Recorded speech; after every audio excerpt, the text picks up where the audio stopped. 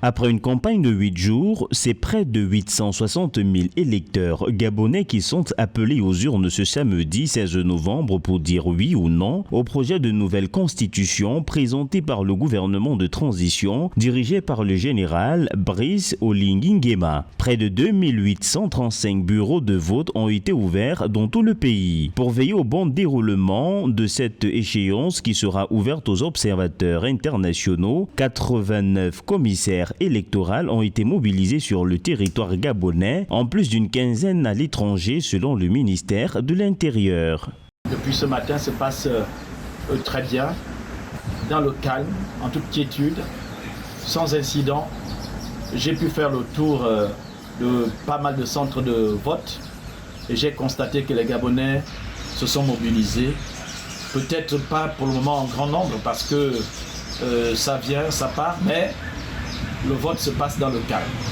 Le nouveau projet de constitution prévoit un mandat de 7 ans renouvelable une fois un régime présidentiel avec de forts pouvoirs exécutifs, pas de premier ministre mais un vice-président nommé par le chef de l'État et le pouvoir de dissoudre l'Assemblée nationale. L'adoption de la loi fondamentale ouvrira la voie à des élections démocratiques en août 2025 pour mettre fin à la période de transition. La bonne organisation de ces référendums peut être considéré comme le signe avant-coureur de ce qui peut arriver avec l'organisation de la présidentielle selon des élections à venir.